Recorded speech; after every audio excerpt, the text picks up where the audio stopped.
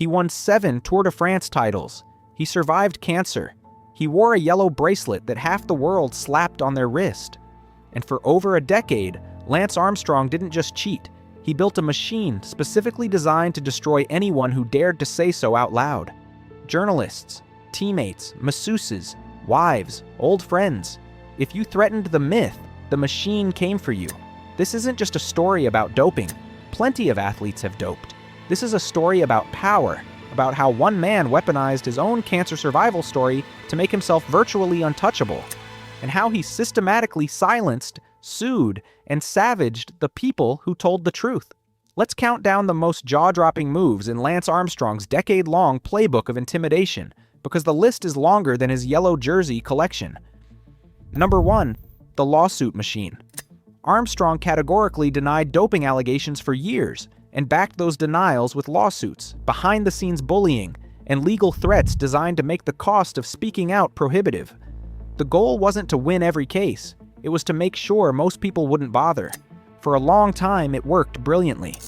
Number 2. The Sunday Times Shakedown. In 2004, journalist David Walsh co-authored a book detailing Armstrong's role in cycling's doping culture. Armstrong sued. The Sunday Times, a newspaper telling the truth, paid him £300,000 to settle in 2006.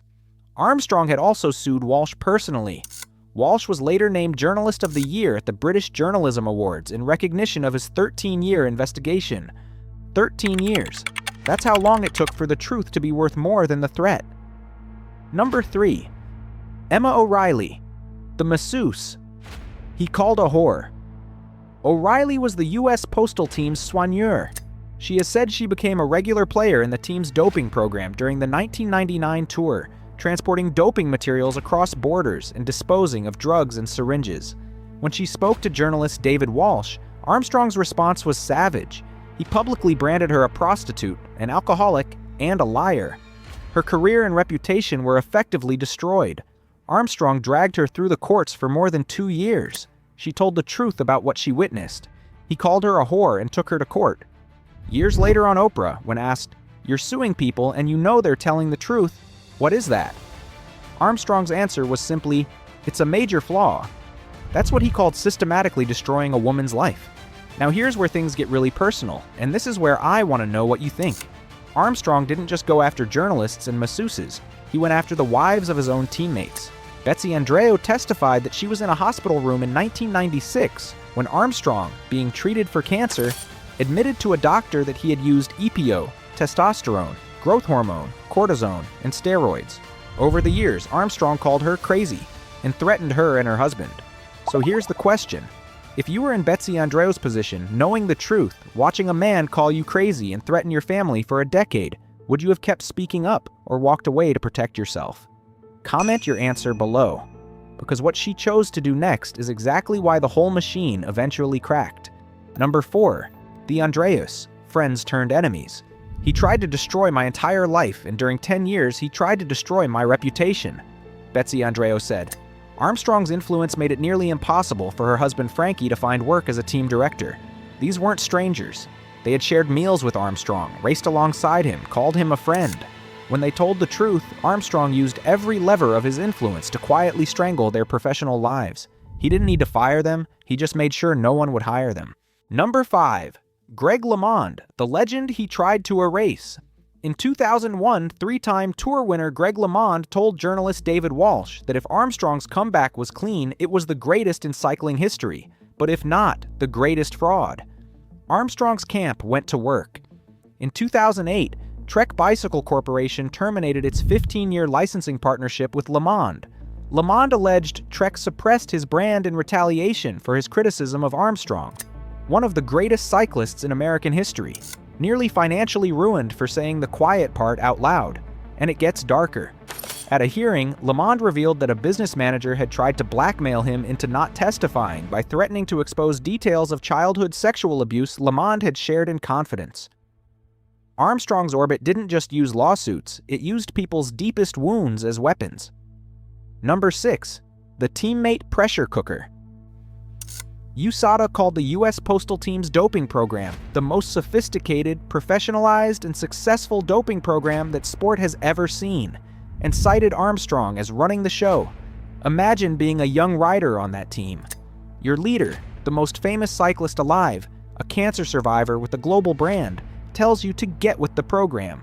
You've watched what happens to people who say no, so you inject. And now Armstrong owns your silence too. USADA said at least 10 former teammates and associates would testify against him and kept their names confidential to protect them from intimidation. Even during the investigation, witnesses needed hiding. That tells you everything. Number 7, the cancer shield. Armstrong didn't just survive testicular cancer in 1996. He built Livestrong, sold hundreds of millions of yellow bracelets, and became not just an athlete, but a symbol.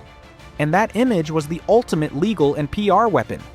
Who attacks a cancer survivor? Every time someone called Armstrong a cheat, the story became about them attacking a hero. It was genius, and it was monstrous. The yellow bracelet was the perfect camouflage. Number 8, Floyd Landis breaks the dam. In April 2010, former teammate Floyd Landis, his own career in ruins, his own doping conviction behind him, sent an email to a USA cycling official admitting that he and Armstrong were guilty of doping. He then filed a False Claims Act lawsuit alleging the U.S. Postal Service had been defrauded by the team it sponsored.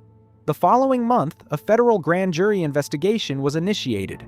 The dam was cracking. Once it started, it couldn't be stopped. Number 9, USADA drops the bomb. In August 2012, Armstrong declined to enter USADA's arbitration process. The agency stripped him of all prizes from August 1998 forward, including all 7 tour titles, and issued a lifetime ban. Within a week of the report going public, Armstrong stepped down from Livestrong and was dropped by Nike, Trek, and Anheuser-Busch. The armor wasn't armor anymore. It was a target.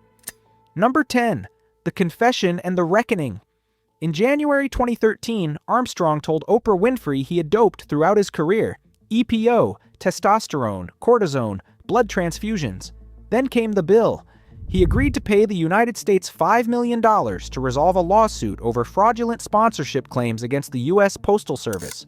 An arbitration panel ordered him to pay SCA Promotions $10 million. The lawsuits he had used as weapons for years were now aimed squarely at him. And the people he had spent a decade trying to silence, they were finally heard. Betsy Andreu said, "He tried to destroy my entire life, and during 10 years he tried to destroy my reputation. But the truth has emerged. Here's what makes this so much more than a doping scandal. Plenty of athletes have cheated. Very few have built an entire infrastructure of fear and legal terror to protect the cheat. The cancer survival story wasn't just inspiration, it was a shield. The lawsuits weren't just defense, they were offense. And the silence he bought from teammates, journalists, and whistleblowers wasn't just silence, it was the foundation every Tour de France podium was built on. When that foundation gave way, it didn't crumble quietly. It collapsed in spectacular, historic fashion, and every person he had tried to destroy got to watch it happen. If this story shocked you, hit subscribe, because we go this deep on every story we cover. And if you've got a take on which of Armstrong's silencing tactics was the most unforgivable, drop it in the comments. The conversation down there is always worth the scroll. But let's take a moment to zoom out even further, because the full reckoning of what Lance Armstrong did is still being written, even today. After the confession, Armstrong didn't disappear. He tried to rehabilitate. He gave interviews. He ran marathons. He showed up at cycling events. And some people let him back in. That's the part that doesn't get talked about enough, how quickly the world starts to forget. How the same charm and charisma that built the machine can slowly, quietly start to rebuild it. The financial fallout was staggering.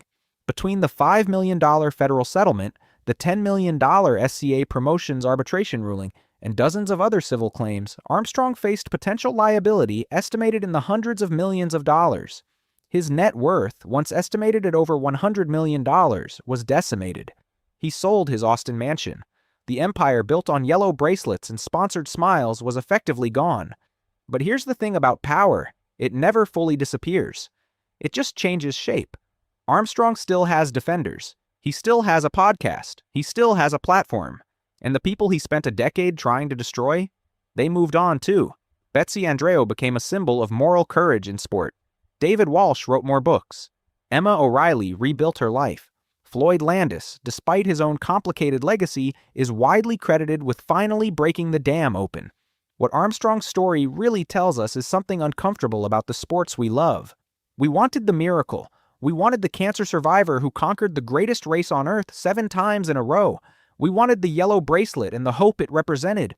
And because we wanted it so badly, we didn't ask hard enough questions for a very long time. The machine didn't just run on Armstrong's ambition, it ran on our willingness to believe.